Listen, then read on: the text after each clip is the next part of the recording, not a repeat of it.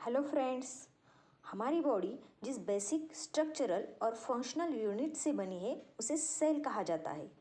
Eukaryotic cell के अंदर various cellular organelles होते हैं जो कि मेम्ब्रेन बाउंड होते हैं।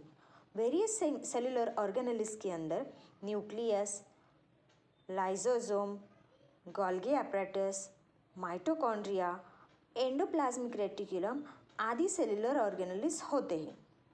उनमें से ये एक बहुत ही इम्पोर्टेंट सेलुलर ऑर्गेनेली का आज हम स्टडी करेंगे जिसका निक नेम है the powerhouse of the cell, जिसे जिसे माइटोकॉन्ड्रिया कहते हैं।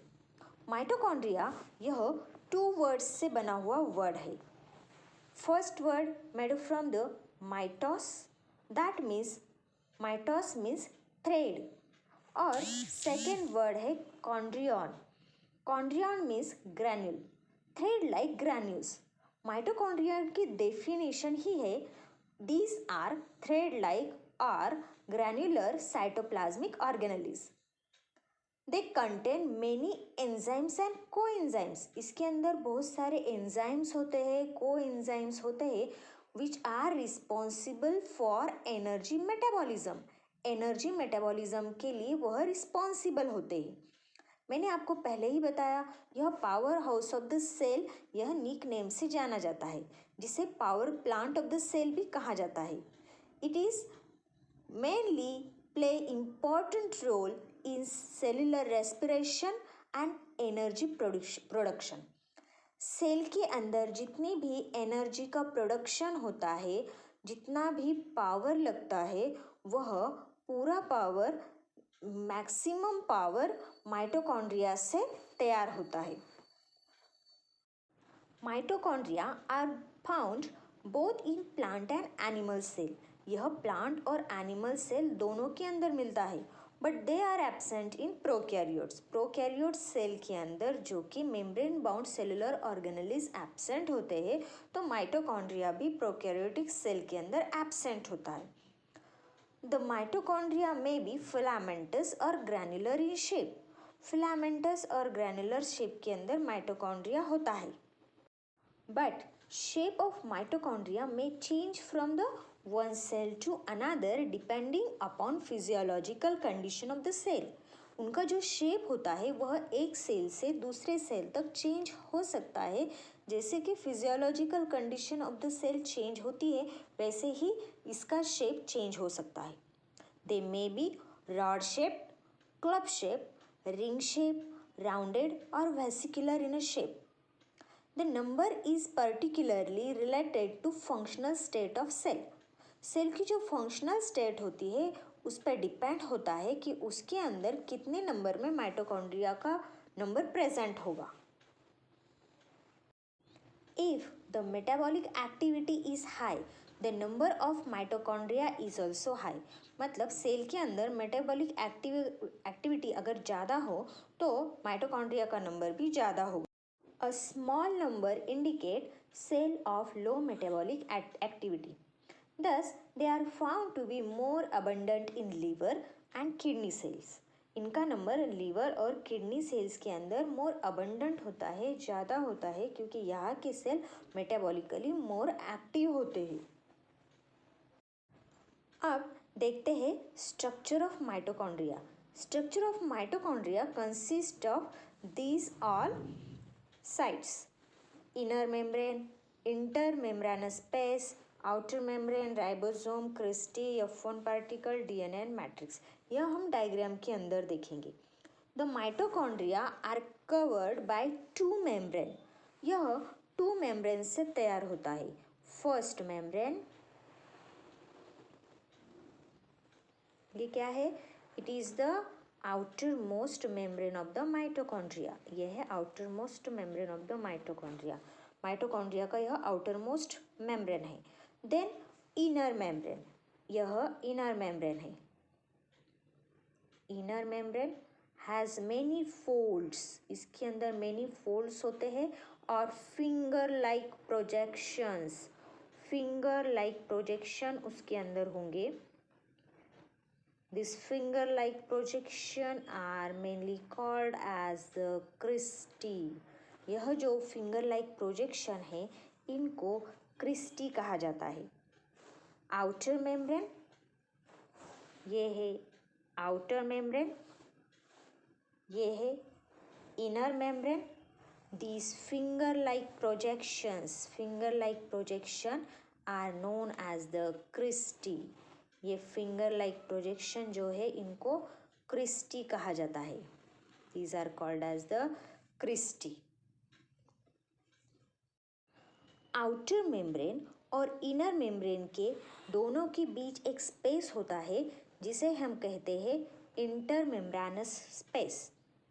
The space between outer and inner membrane is called as the outer chamber। ये outer chamber है, यह outer chamber है,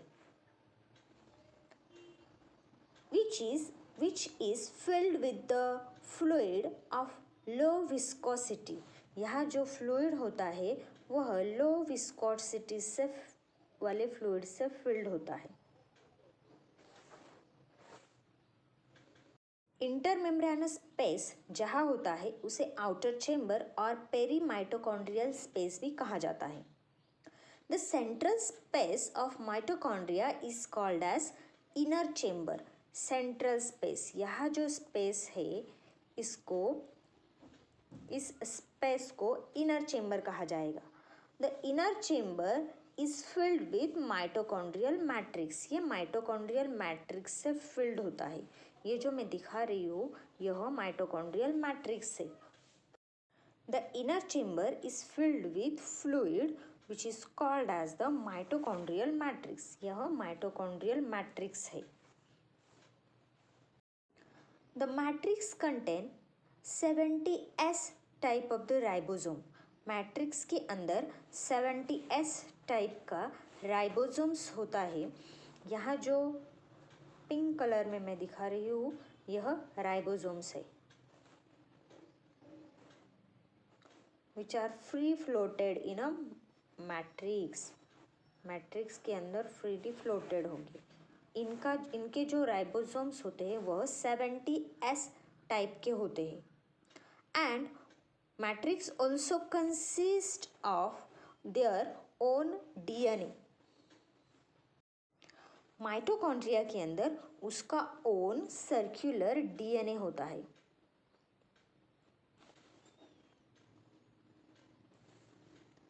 यहाँ ओन सर्कुलर DNA होगा।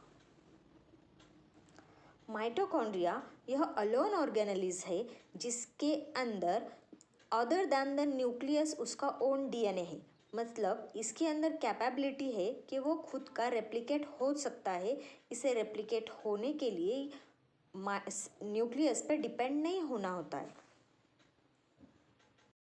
इनर माइटोकॉन्ड्रियल मेम्ब्रेन जहाँ फिंगर लाइक प्रोजेक्शंस होते हैं जिनको हम क्रिस्टी कहते हैं, यहाँ दिस रीजन के ऊपर मेनी पार्टिकल्स होते हैं।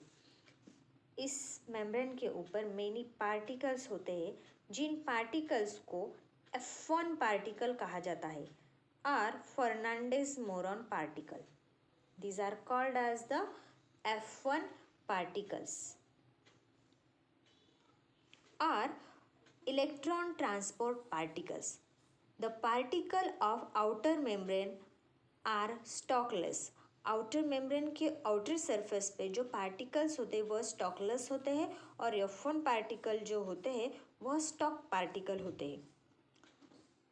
ETP or electron transport particle of inner membrane are stalk। Each stalk particle contain stalk and head। उसको एक स्टॉक होता है और एक हेड होता है। जैसे कि यह स्टॉक है, जैसे कि यह स्टॉक है और उसको एक हेड होता है। इस पार्टिकल को कहा जाएगा F1 पार्टिकल।